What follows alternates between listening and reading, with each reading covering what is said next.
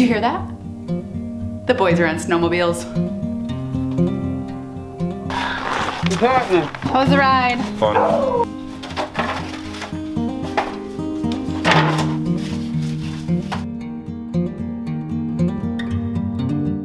Hi flower friends, it's Nicole from Flower Hill Farm and I am down in the basement. And as you just saw, I moved all of my Lisianthus babies off of my heat mat and underneath the grow lights. And in the process of doing that, I also removed all of the plastic that I was using as humidity domes. And if I had larger humidity domes, I would not have done that. But because I was using plastic wrap, the plastic was sitting right on top of my seedlings and I was afraid that that was going to encourage some rot and maybe some disease. So I wanted to get those off of that. I will be taking a closer look at these every day, twice a day, just to make sure they're not drying out because it is rather dry here in my basement. I don't have a good humidity system set up yet down here. I could. Eventually I would like to block this off, even just hanging some shower curtains and run a little bit of a humidifier down here.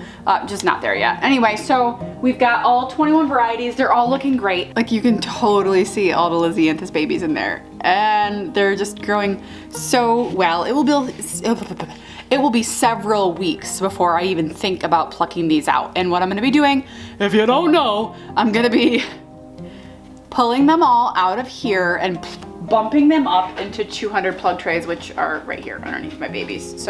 So many of them are getting a second set of leaves. So happy. Okay, so 21 varieties of Lisianthus.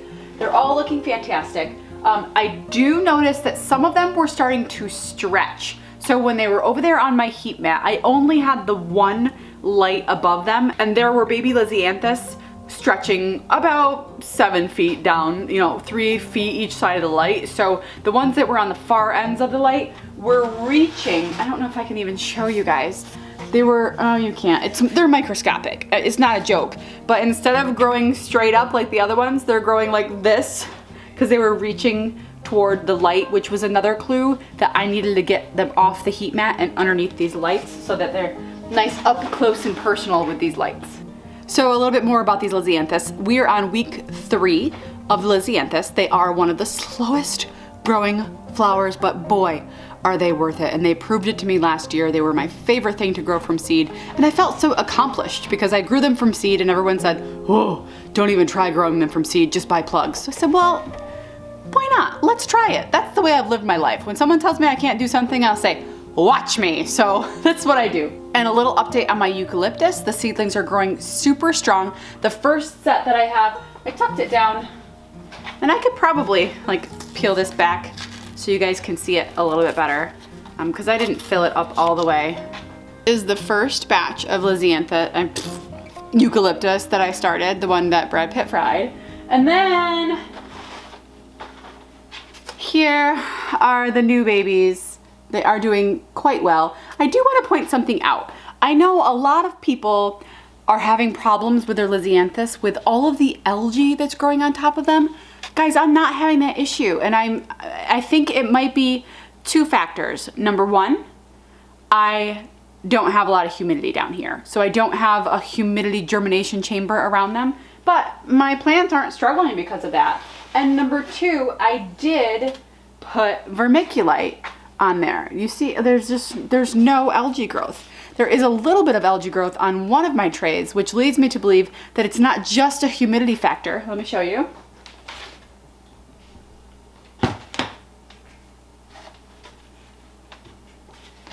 This tray right here.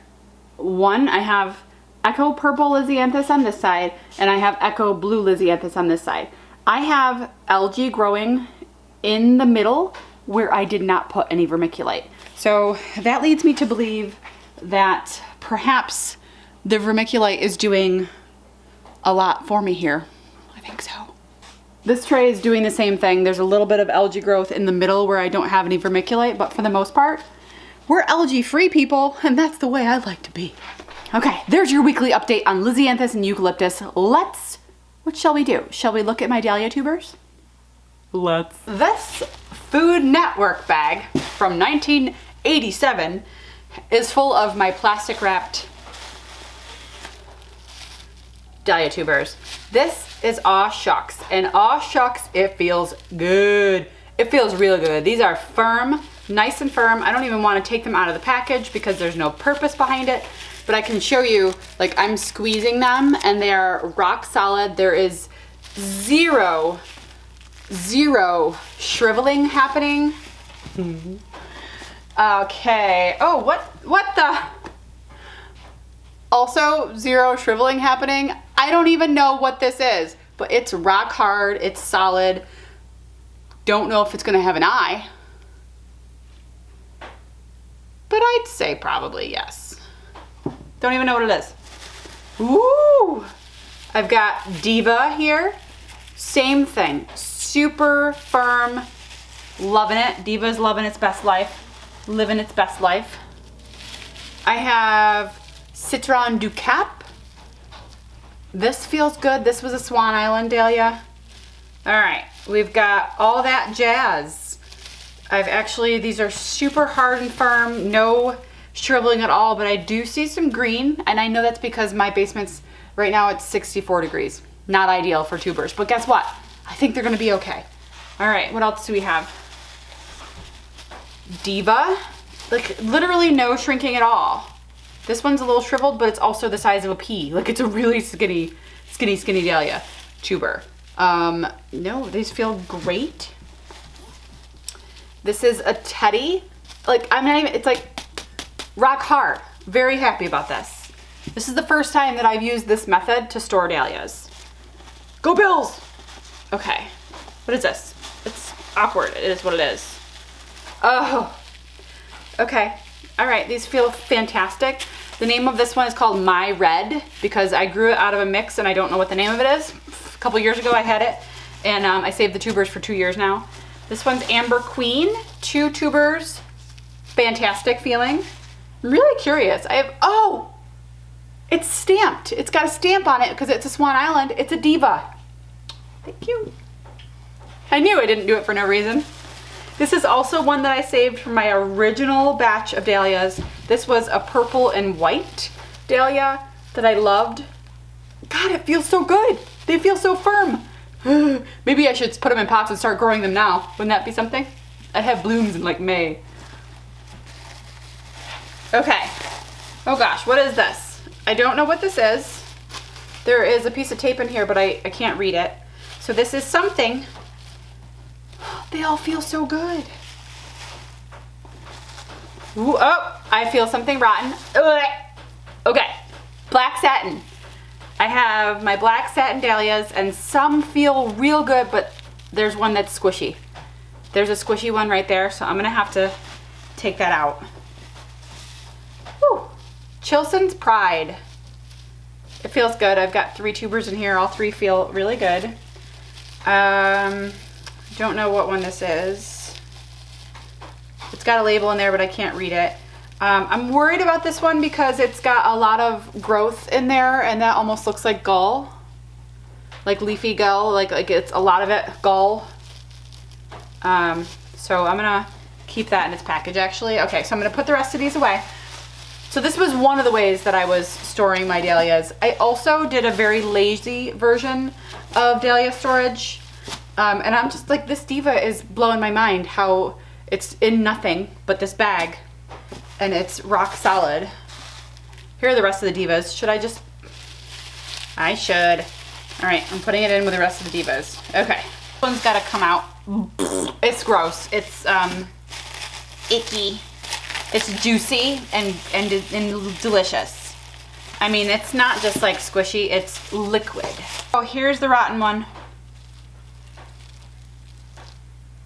It's liquid. Okay, garbage is right here. So this was my lazy way to store dahlias. And honestly, I was so fed up because every time I pulled up a thing of dahlias, they were rotten. And I just got like, you know what, I'm done with this, I'm done.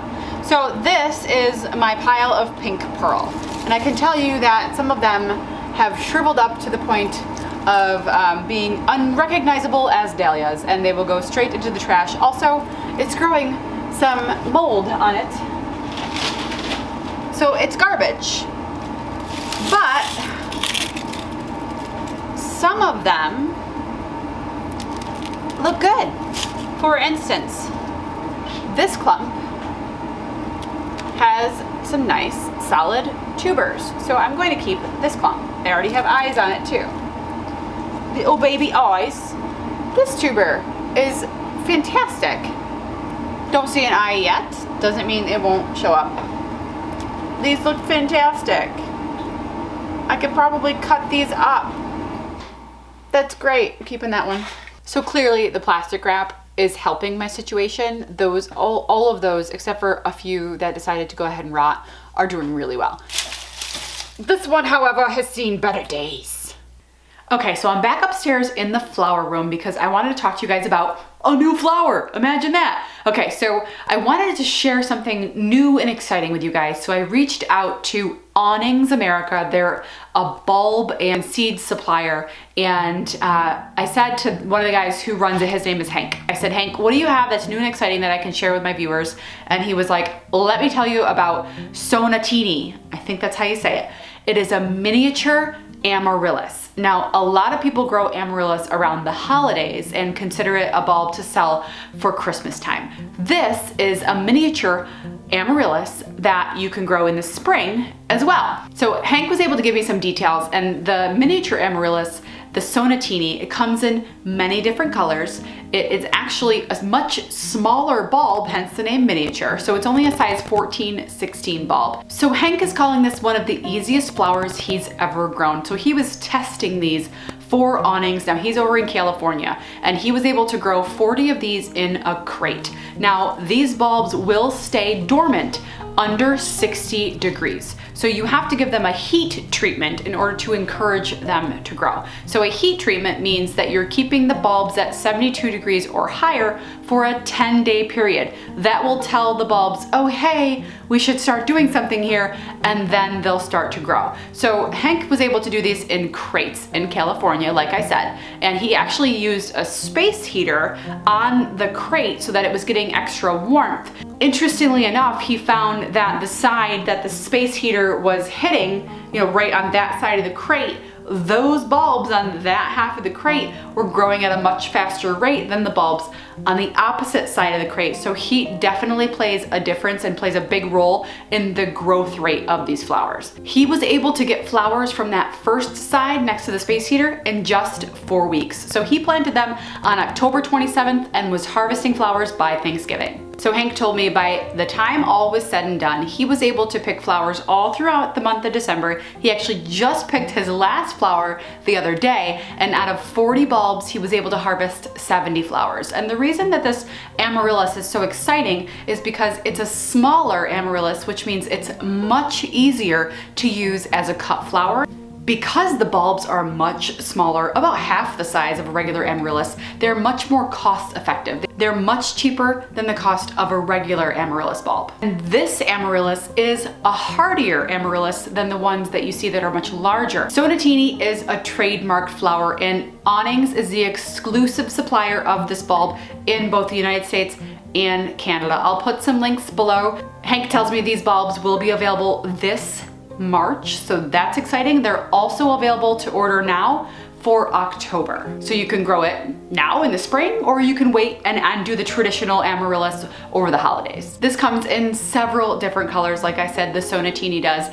And the most popular color right now is the Alaska, which is a double white flower. That's gonna do it for today's video. Thank you so much for watching. We'll see you soon.